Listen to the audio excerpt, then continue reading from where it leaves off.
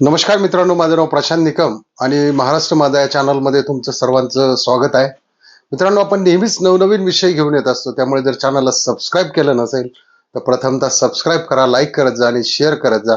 म्हणजे जी चांगली माहिती आहे ती आपले मित्र नातेवाईक यांच्यापर्यंत पोहोचत जाईल. मित्रांनो, थंबनेल वरून विषय तुमच्या लक्षात आलाच असेल की वारंवार लघवीला येणे. तर वारंवार लघवीला येण्याची कारणं काय आहे आणि हे वारंवार लघवीला येऊ नये यासाठी काय करायचं, तर आपण याच्यामध्ये आज पाहणार आहोत की कशा पद्धतीने हे वारंवार लघवीला येण्याचे प्रकार होतो आणि याला बंद कसा करायचा ते आपण पाहणार आहोत. तर चला मित्रांनो, आपण याच्यावरती डिटेलमध्ये चर्चा करूया. तर मित्रांनो, बऱ्याच वेळा काय होतं की रात्रीचं झोपताना, म्हणजे वृद्ध असेल किंवा मध्यमवयीन असेल, त्यांना वारंवार लघवीला उठावं लागतं. कारण काय होतं की लहानपणी जो आपल्या शरीरामध्ये जो हार्मोन्स असतो, वसोप्रसिन, तर त्याचा जो स्राव आहे त्याचा, तो जास्त म्हणजे सिक्रेशन होतं त्याचं, त्या स्रावाचं. त्याच्यामुळे काय होतं की तुम्हाला जास्त वेळा ती लघवी करावं लागत नाही आणि 7-8 तास झोप निवांत होते. त्याच्यानंतर लघवी करण्याची भावना होते. म्हणजे तो माणूस एखाद्या वेळी उठत नाही. पण तेच 60 वय झाल्यानंतर हे जे वसोप्रसिन आहे, जे हार्मोन्स आहे, त्याचा स्राव कमी होतो. त्याच्यामुळे वृद्ध माणसांना लघवीला 2-3-4 वेळा उठावं लागतं. हा त्यातला खूप मोठा फरक आहे. आणि त्याच्यानंतर काय होतं की लहानपणी काय असतं की लघवीचं जे स्टोरेज आहे, साधारणतः 500 ml जरी लघवीला आली तरी मेंदूला पटकन अशा संवेदना दिल्या जात नाही की तुम्ही लघवी करा म्हणून वगैरे. तरी म्हणजे लहानपण तरुणपणामध्ये माणूस काही उठत नाही. पण म्हातारपणामध्ये काय होतं की ते अतिसंवेदनशील झालेलं असतं, म्हणजे सेन्सिटिव्ह झालेलं असतं. त्याच्यामुळे 2-4 वेळा ही म्हातारी लोक लघवीला उठतात. इट इज नॅचरली प्रोसिजर आहे, त्याच्यामध्ये काही विषय नाहीये. त्याच्याच बरोबर आता काय असतं की बऱ्याच लोकांना रात्री हळदीचं दूध पिण्याची सवय असते किंवा कोल्ड ड्रिंक्स पिण्याची सवय असते किंवा दूध पिण्याची सवय असते, कॉफी पिण्याची सवय असते, बऱ्याच सवय असतात. तर हे तुम्ही जेवढं द्रव्य रात्री घ्याल तेवढं तुम्हाला रात्री लघवीला उठावं लागेल. आता काही लोक जी म्हणतात की हळदीचं दूध घेतल्याने झोप शांत येते वगैरे, ठीक आहे. पण हे हळदीचं दूध जर तुम्ही लेट नाईट घेतलं, म्हणजे 10-11 वाजता जर घेतलं, तर तुम्हाला 100% 2दा-3दा उठावं लागेल.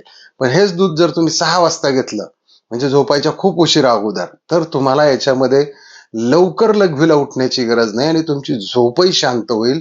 आणि हळदीचं दूध हे शरीराला अँटी इन्फ्लामेटरी असतं. म्हणजे त्याचा थोडासा दबाव पण बनून राहतो हळदीच्या दुधाचा शरीरावरती.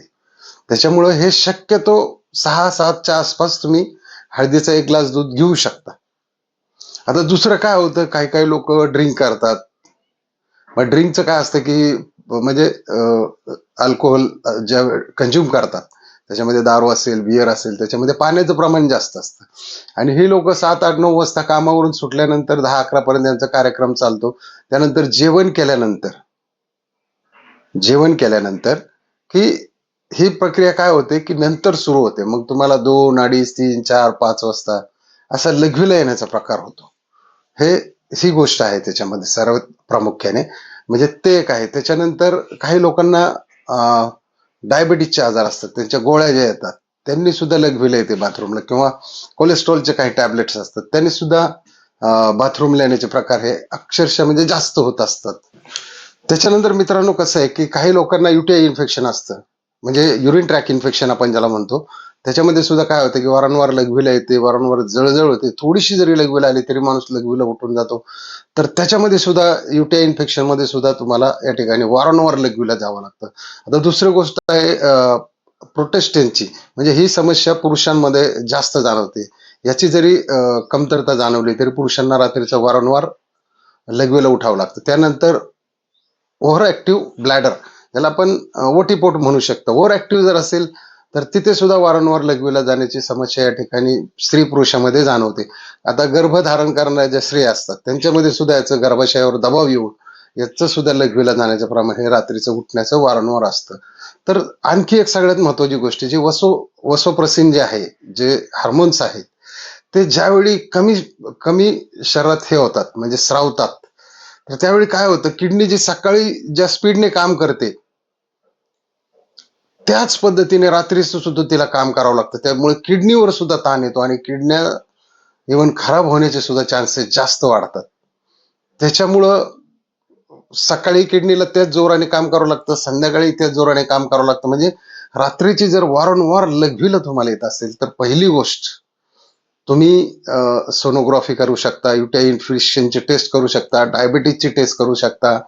त्याच्यानंतर तुमच्या आहारातलं द्रव्याचं प्रमाण कमी करा. मग ते दिवस असेल किंवा रात्री 6 नंतर असेल किंवा दुपारी 4 नंतर असेल. कुठलेही कोल्ड ड्रिंक्स पिऊ नका. कॉफी असेल, चहा असेल, कॅफेन ज्याच्यामध्ये असेल, एखाद्या टॅबलेटमध्ये कॅफेन पण असतं. समजा बऱ्याच गोळ्या आहेत ज्या सर्दीवरच्या, त्याच्यामध्ये कॅफेन असतं. कॅफेन असणारे पदार्थ घेऊ नका. त्याच्यानंतर जास्त पाणी पिऊ नका क्षमतेपेक्षा, किंवा किंवा लेट नाईट उशिरा दूधही जास्त पिऊ नका. तर ह्या प्रामुख्याने तुम्हाला गोष्टी कराव्या लागतील आणि याचा तुम्हाला डॉक्टरी सल्ला पण घ्यावा लागेल. आता साधारणतः मी तुम्हाला रॅन्डमली जे सांगितलं, तर ही प्रामुख्याने तीच कारण आहे. त्याच्यापेक्षा दुसरं रात्री लघवीला उठण्याचं कारण हे वारंवार काहीच नाहीये. पण आपल्याला तपासण्या का करायच्यात? तर ज्यावेळी आपण रात्री वारंवार लघवीला उठतो त्यावेळेस किडनीचं आणि जे दिवसाचं आणि रात्रीच्या कामाचा बॅलन्स करण्यासाठी, कारण किडनी जर अहोरात्र काम करू लागली तर म्हणजे एखाद्या शरीराला जर एखाद्या व्यक्तीला समजा जर 24 तास एखादं काम सांगितलं तर ती व्यक्ती निश्चित थकेल थकेल आणि आजारी पडेल. जसं हृदयाचं सुद्धा कसं असतं, 24 तास चालू असतं, पण रात्रीचं जे स्पीड असतं त्याचं कमी असतं आणि दिवसा जे असतं त्याचं स्पीड जास्त असतं. कुठल्याही आपल्या शरीरातलं नैसर्गिक म्हणजे कुठलाही जो भाग परमेश्वराने दिलेला आहे त्याचं तारतम्यच ते आहे की रात्री तुम्ही लवकर झोपा. हे त्यासाठीच म्हणलं, आणि लवकर उठा. तुमचा दिनक्रम जो आहे त्याच्यामध्ये सगळ्या बॉडीचे पार्ट ऍक्टिव्ह होतात. आता आपण बघ, दिवसभर डोळ्याने मोबाईल पाहतो किंवा ड्रायव्हिंग करत असेल तर पूर्ण रस्त्याचं हे पाहतो, वाचत असेल तर किती भयानक ताण असा हा डोळ्यांवरती येतो. पण हीच गोष्ट आपण रात्री काय करतो, नॅचरली परमेश्वराने आपल्याला झोपण्यासाठी दिलेले म्हणजे इव्हन 10-12 तास आपण म्हणजे एकदम डोळ्यांना विश्रांती देतो.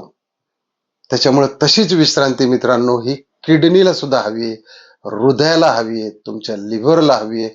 त्याच्यामुळे रात्री जेवताना सुद्धा किडनी लिव्हरवरती दाब येईल असं नॉनव्हेज वगैरे तुम्ही जास्त खाऊ नका. म्हणजे अर्धी भाकरीची जी भूक आहे ती पोटात तशीच ठेवा, उपवाशी ठेवा, जेणेकरून काय होईल की ते अन्न फिरायला मदत होईल आणि त्याने डायजेशन, म्हणजे कसं आहे किडनी लिव्हर हे सगळं सगळं एकत्रित सगळ्या गोष्टी जोडलेल्या आहेत. आता तुम्ही पाणी कमी प्याला तरी तुम्हाला रात्री तहान लागणार आहे, कारण पचनाचंही काम चालू असतं. त्याच्यामुळे सर्वात महत्वाची गोष्ट आहे मित्रांनो की रात्री 6 नंतर द्रव्याचा वापर कमी करा. दुसरी गोष्ट, आता हे आपल्याला जर होत असेल आपल्या बाबतीत हे सारखं वारंवार, तर डायबिटीजची सुद्धा तपासणी करून घ्या, युरिन ट्रॅकची तपासणी करून घ्या, सोनोग्राफी करा. अजून काही किडनीचे काय प्रॉब्लेम आहेत का, किडनी स्टोन आहे का, ह्या सगळ्या गोष्टी तुम्ही डॉक्टरांकडून चेक करून घ्या.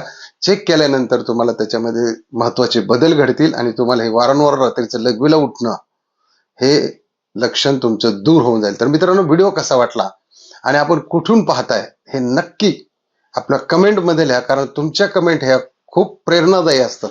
कारण तुमच्या कमेंटने आम्ही काय करतो की अजून नवनवीन शोध घेतो. आपली युट्यूबची फॅमिली तर आपल्याला हे कमेंट तर करतेच, पण आज सर्वांना आवाहन करतो की तुम्ही हा व्हिडिओ कुठून पाहता आणि तुम्हाला आवडला का हे पण निश्चित लिहा.